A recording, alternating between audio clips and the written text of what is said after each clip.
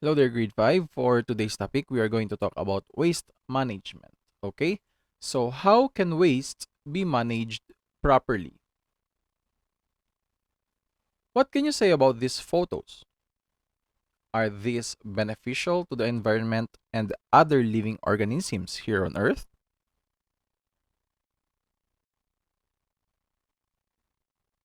Polluted air.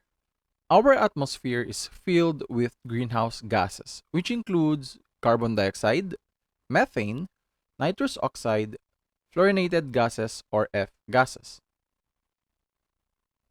One reason why carbon dioxide is present in the atmosphere is to keep Earth at the right temperature, enough to continue life.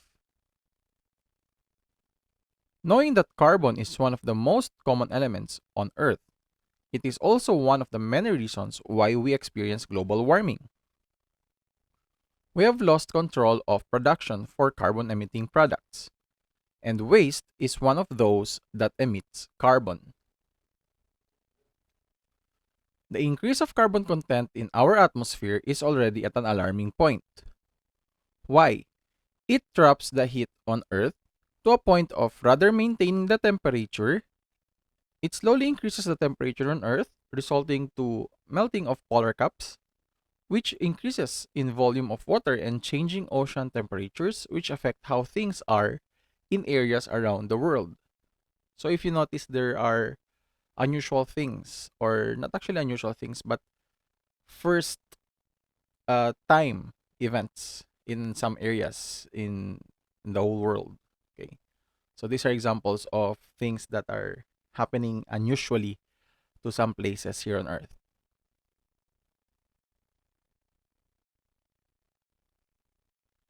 Aside from air being polluted, both land and water is filled with trash. Why do you think so?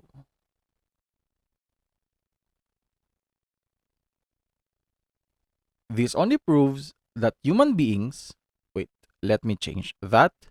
Irresponsible human beings are at fault as to why Earth is such a landfill.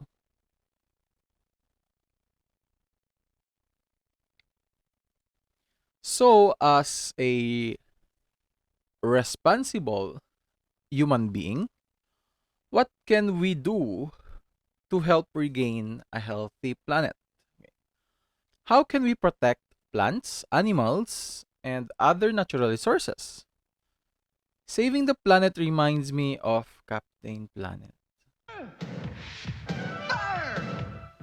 Wind! Water! Heart! Go planet! By your powers combined, I am Captain Planet! Captain Planet, he's our hero. Gonna take pollution down to zero. He's our powers magnified, and he's fighting on the planet side. Okay. Um, sorry about that. So in this topic, we are going to learn how to manage garbage or waste. Introducing the 5 R's: reduce, reuse, recycle, recover, and repair. Reduce. If you notice, or maybe not, you can ask your parents.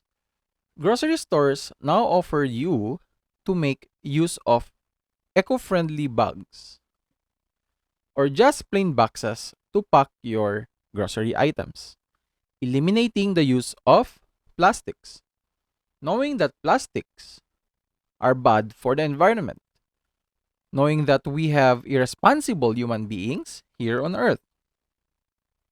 This advocacy has recently been active in the Philippines. That's why if you notice, your fast food to goes or takeouts are packed in this box like material rather than how it used to, which was made from styrofoam. Now, what is the logic behind this? Any guess? We have this so called garbage decomposition. Paper and eco friendly materials decomposed in just a few weeks to months depending on the material. Fruit and vegetable leftovers can decompose about the same as paper, but materials made from styrofoam and plastic, they decompose in 50 years minimum, all the way to roughly about 500 years depending on the material. That is why we are discouraged to make use of plastic as grocery bags. Because too much of plastic present in landfills can disrupt how soil absorbs water, resulting to longer time of some places to dry off after a hard rain. Another R is reuse. Just like what we were talking about, before banning plastic bags, grocery stores encourage people to reuse their plastic bags at home to pack up their grocery items. And also, if you notice, most of our containers at home are made of plastic.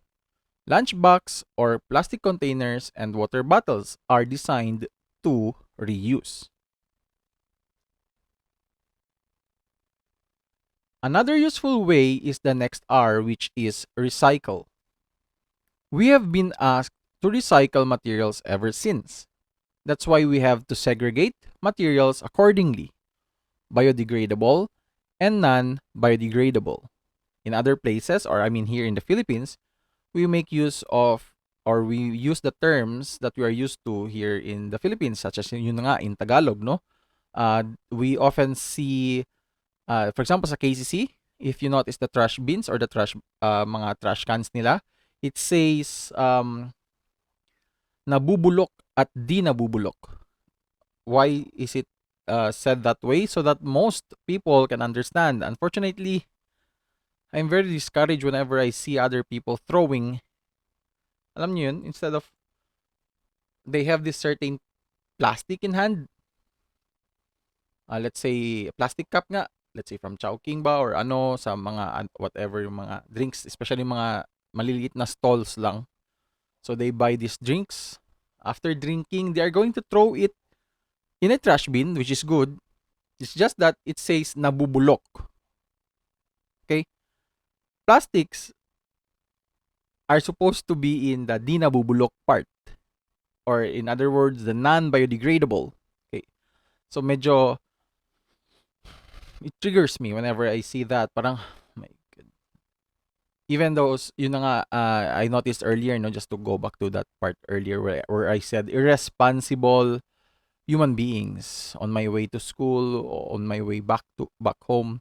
Nakikita ko yung mga tao just like after using or drinking their soft drinks, yung sa mga plastic bags, they just throw it away. Ilalagay lang nila. Like, for example, they're in the tricycle drinking. After doing that, hands out, drop the plastic. Annoying. Mga kotse, they're supposed to be like more educated. Dapat sana, di ba? Was able to save money, to buy cars. Then after drinking or eating whatever they are eating doon sa loob ng kotse, they're just gonna open the window and throw it outside. I was like, my God, if I only have the time, I really want to pick that trash up and run after them and throw it to them kung pwede lang. Okay? Just to, nakaka-stress lang. Okay?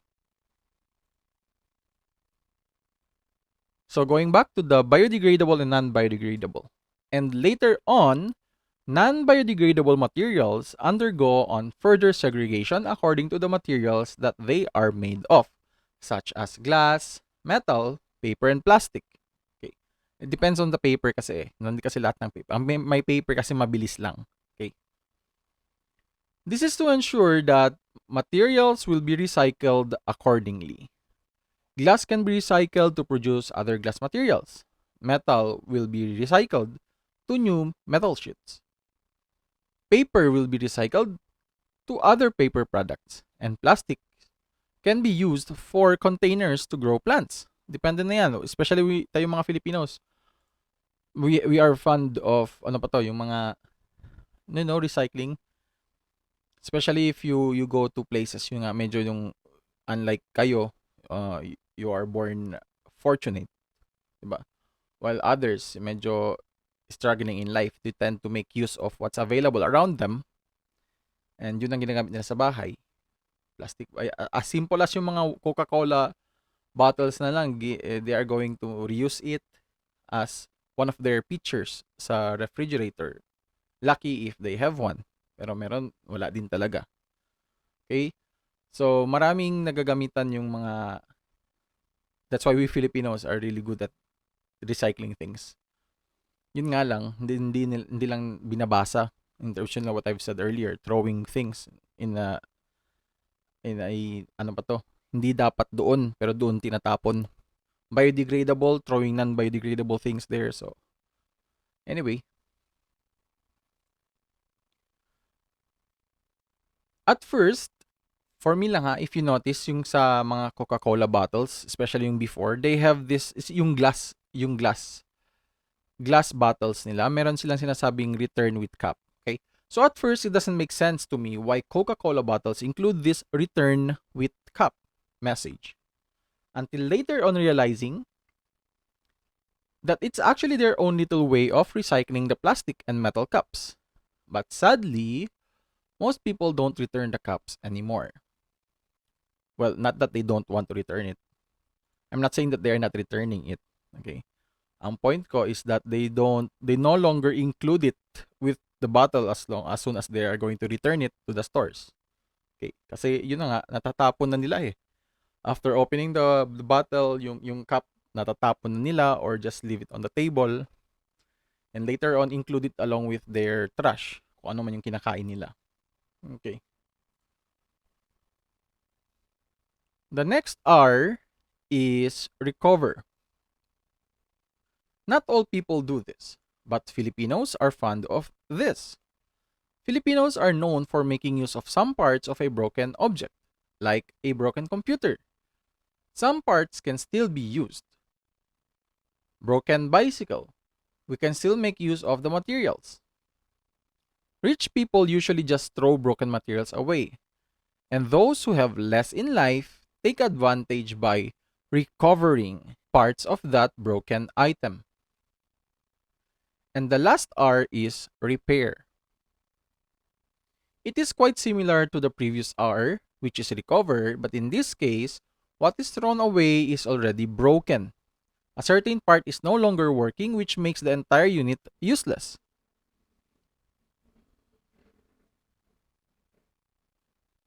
So a part of it is being repaired to make the unit work like new again. We can also consider materials like bags with a broken zipper. We just replace the zipper and voila. Tapos na. Okay na naman ang ano pa to, ang mga bags natin. Hindi lang bags natin, pati yung pants natin, di ba? They tend to, yung mga zippers kasi nasisira. We also have, I think this is common, baka kayo, meron din kayo nito, you have this ripped pajamas. Okay? Siyempre, not instantly that you're gonna throw them away. We are going to repair them. We are going to sew them, and you're done. You can wear it again without worrying other people will be able to see something there. Okay. So these are the 5 R's that you need to be familiar with when it comes to waste management. This is why it is important to support projects in saving Mother Earth through the advocacy of leaders around the world. Although, I experienced this, I don't know if you're familiar with, dito sa Zamboanga, we have this Earth R. Okay, actually, hindi lang sa Zamboanga yan, it's in the entire world. But sometimes we tend to do it uniformly. Like sa Philippines, we tend to do it uniformly, like at night, starting at 7 p.m. to 8 p.m., no power at all. Okay. Purpose nila, kasi electricity is actually the number 1, ang pinaka mataas na mag-generate ng carbon content.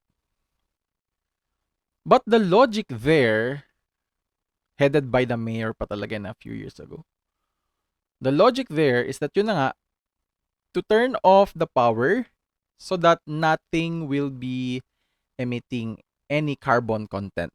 That's the point of it. So, turn off natin ang lights natin voluntarily. Turn off the fans, turn the computers, whatever. Posible pati phones nyo. Kasi even though maliliit lang yan, they can still emit carbon. So, yun na yung project nila. Okay, that's good. But the problem is they started lighting candles. Candles, fire carbon dioxide,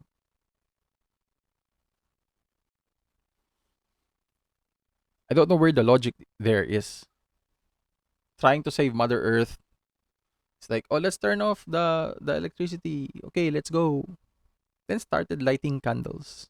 Parang burning, like it's just the same sa body natin.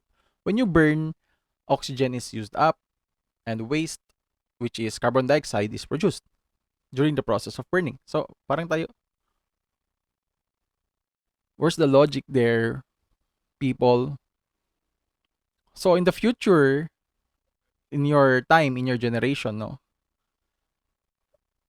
if you will be having this event again as the Save Mother Earth Earth Hour, if you'll turn off your power, please don't light up a candle. Kasi it doesn't make sense. Walang logic doon. It doesn't make sense. Okay. Anyway, to show support, you are going to make a slogan with a theme of Save Mother Earth, colon. I'm just gonna put it here somewhere. Okay, again. Save Mother Earth, waste management. So that will be our slogan, okay? A slogan is like a poster expressing your message through an artwork. Okay? So ganun lang yun siya. So to give you an idea, it looks like this. Parang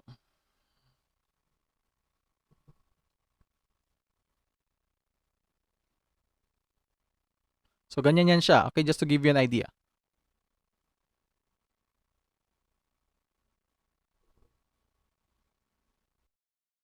So that's basically what you're supposed to do.